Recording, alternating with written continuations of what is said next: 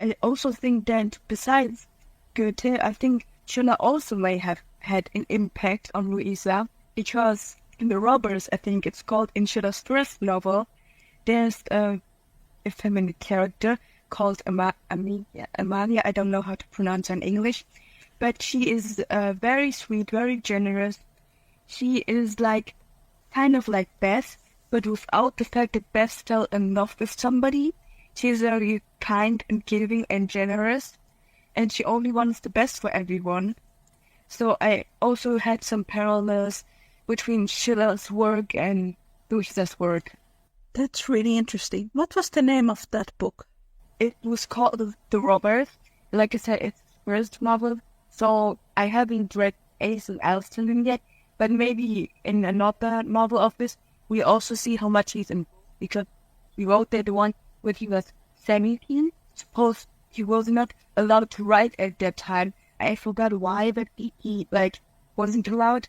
And I think it's funny that he made a story that is close to Louisa May Alcott's Blood and Thunder stories, and the main character, Cole, is very much an archetype of the movement that was around in Germany at that time. I was just saying that in Rosenbloom, Mac reads Goethe, but I realized he doesn't read Goethe, he actually reads Henry David Thoreau. In Little Woman, there's a moment in part 1 where John translates a poem from Schiller to Meg.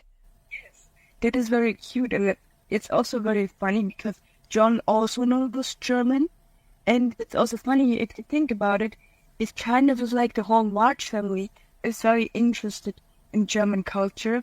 Like, maybe you don't see much with the others as much as you see with Joe, but I think Meg was also very eager to hear the translation of it, and John was also like, yeah, I'll help you translate it, or I can teach you with German. I think he said that. I'm not sure, but I think he said that, and it is also very sweet. Yes, I have forgotten about that. I love it. It kind of goes along with my theory that Louisa May Alcott planned Joe's marriage maybe years before she wrote Little Woman, because it does feel like a natural thing to do, to introduce a German character to this family that is really obsessed about everything that comes from Germany. I have to say, the first thing that comes to my mind when I hear like people saying Rita was on a shovel because Louisa was forced to marry Joe off is, well, but why, if she was forced, why in the world would Louisa May Alcott write so many things about Joe's and the wife's love for Germany? I think we can all agree that this really comes from that the quote that she wrote in her journal was about reuniting with her loved one in the afterlife. So Little Woman is a wish fulfillment. Yes, that's true.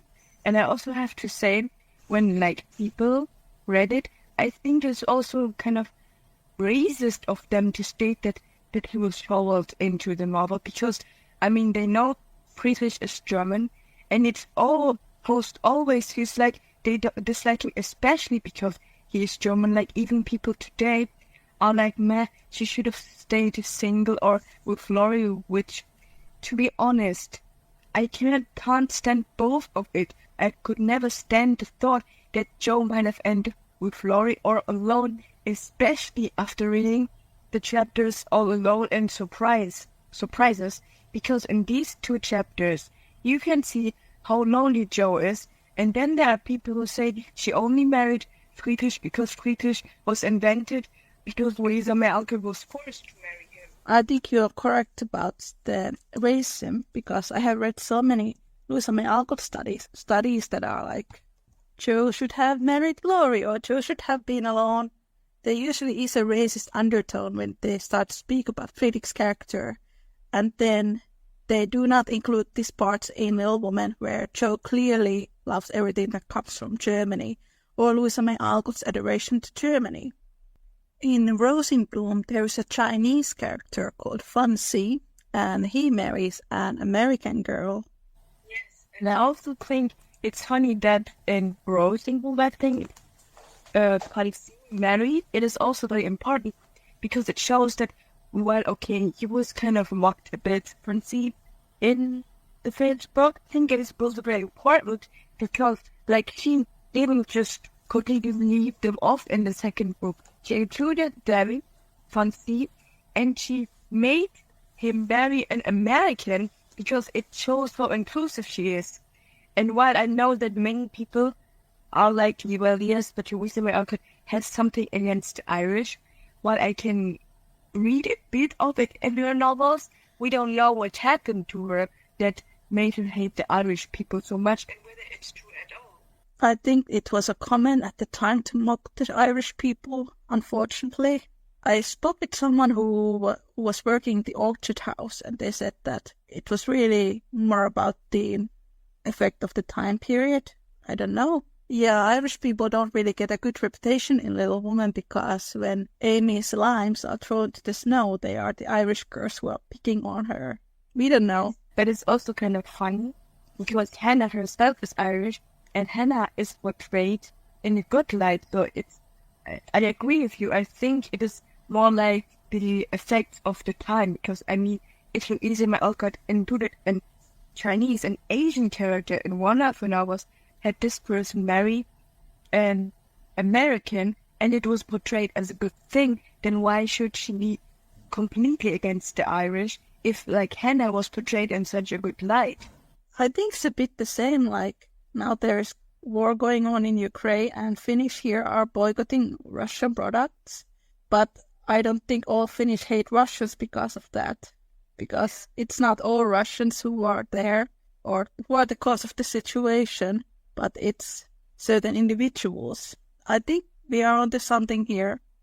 And the Marches themselves are Irish descendants, so I think it's a lot more complex. I think it's the same with the Italians, because on one hand, we have Louisa May Alcott, who really sort of shows what she considered good qualities of Italians and maybe the less good qualities, but there was lots of hate against Italians at the time period. So it's quite remarkable that Laurie is half Italian in the book, and Germans were also really disliked during this time period in America, in certain circles.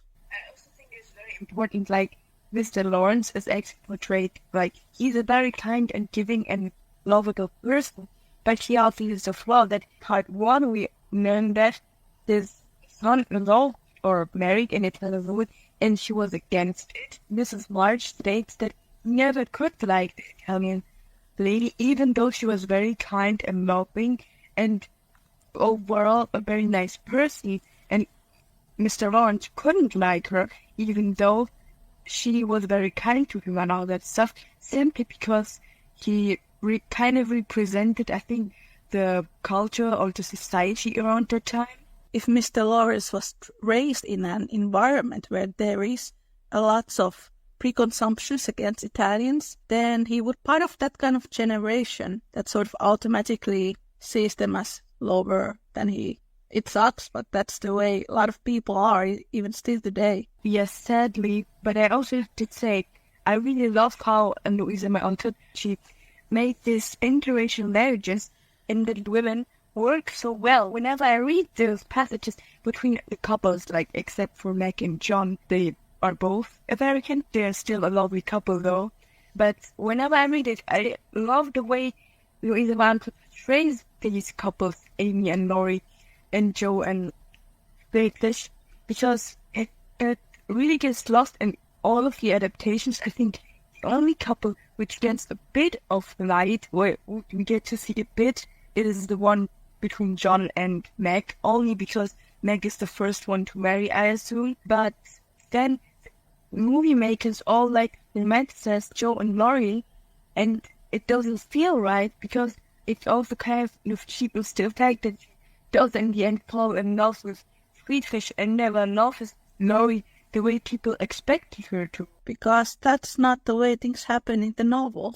And because Laurie is based partially on Larry Wisniewski. And the more I have read about Louisa May Alcott's relationship with Larry Wisniewski, it more and more feels like as a mother and son relationship. I see what you mean.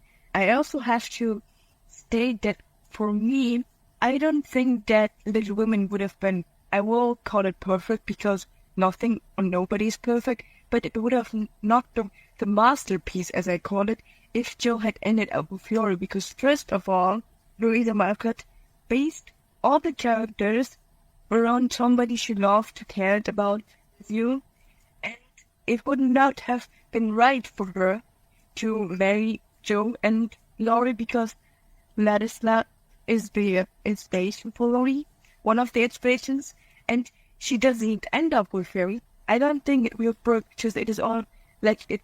I know it's only semi autobiographical, but it would not have felt right because in a proposal scene, which I rather call the harassing scene, but in that one, you see in the novel, of course, only because why would the movie makers do such a wonderful thing? They very much don't show that in the novel, Joe really talks to him in that scene as if he were a child. It really comes off. She's like, you will meet an accomplished woman, you sensible boy, and all that stuff. That is really there. And the movie makers just don't use it. Okay, the movie makers, for me, are more likely to be after the money because that woman is such a beloved tale. But that's another thing. I agree. And we will get into this chapter soon. Throughout after this chapter, Joe refers Laurie and Amy as children. Yes, that is also very cute and funny, and it also shows that Joe has always been much more mature than Laurie.